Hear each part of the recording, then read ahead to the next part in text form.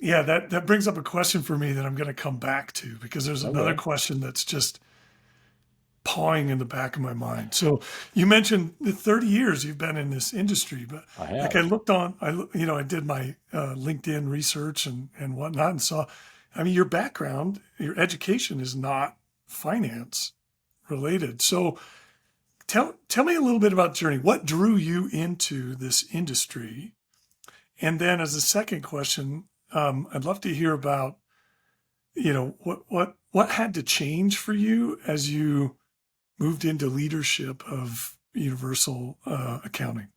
Well, it's kind of a long story, so I'm going to try and keep this short and sweet. So you're Okay. correct. I do not have a formal education in accounting. My degree was in communication. That was with broadcast, journalism, public relations, and so forth. Well, where that led me was eventually sales. And so my introduction to accounting is I was initially working as a headhunter, placing individuals on assignment, temporary type assignments, permanent placement opportunities, direct hire positions. And as I was doing that, what I was selling, oddly enough, were people. I was in a position of taking people that had skills, and I was going into a company and I was saying, I've got somebody that can help you with the situation you have. And I was placing individuals into employment opportunities. Well, that was how I became acquainted with accounting. And from there, I was introduced to Universal Accounting as a school. Why? Because I was taking the graduates from the training and placing them on assignment. And as I would put them on assignments, the employers, the companies, found that they were very competent individuals. They knew what they were doing, and they would ask me for more of those same types of individuals. They clearly were trained well. So I'd go back to the school and I'd get the next graduating class and I'd put them into positions. And fortunately, these were individuals from entry level all the way up to management, CPA type positions, because that was the range of the graduates. Well, that was very helpful for me in that role. Well, I got to become acquainted with the owners of Universal Accounting, and I started to work with their management team, and they had me do some consulting jobs. And in that consulting, we're working with the state of Utah and other states. All of a sudden, I became a little bit more involved with the day-to-day operations of the company, and a position was offered internally that I could become employed with Universal Accounting. Hence, I was now working at the business. That was in 1999 that I became a W-2 employee. Well, from there, we opened up numerous departments and divisions within the organization, grew the company nationally and then eventually internationally. I took on various roles.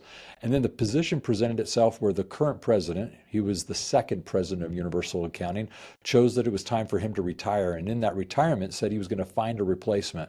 Well, it really came down to one of two individuals in the organization, one being myself, and the possibility of him hiring somebody externally to come in and be president.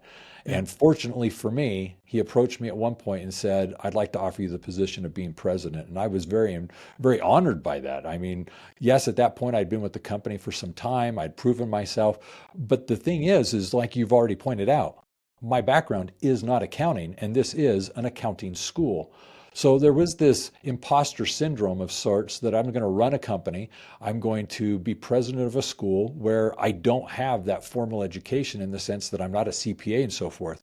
But fortunately for me, I'd gone through some of the classes. I knew the curriculum. I knew accounting at that point. We ran the business. He being the second president was a CPA. He ran the business by the numbers. So I'd gotten enough confidence with accounting that I knew what I was talking about. But obviously, for me to update curriculums and so forth, I was going to be in a challenge because it's not like I knew backwards and forwards the accounting as someone else might. And so I had to rely on other individuals to update the curriculum. And fortunately, we had a curriculum committee that could actually take care of that. And my job wasn't, as the president, to be everything. I needed to run a company. And in running the business, I knew I had the skills and I needed to develop other skills to enable that. And fortunately, over the years, I've done that. And for more than a decade, I've run the business. I've weathered the storms, some very large storms, if I may say. But in that process, I've been able to put my fingerprint on the business, and I'm very proud of what we've created so far.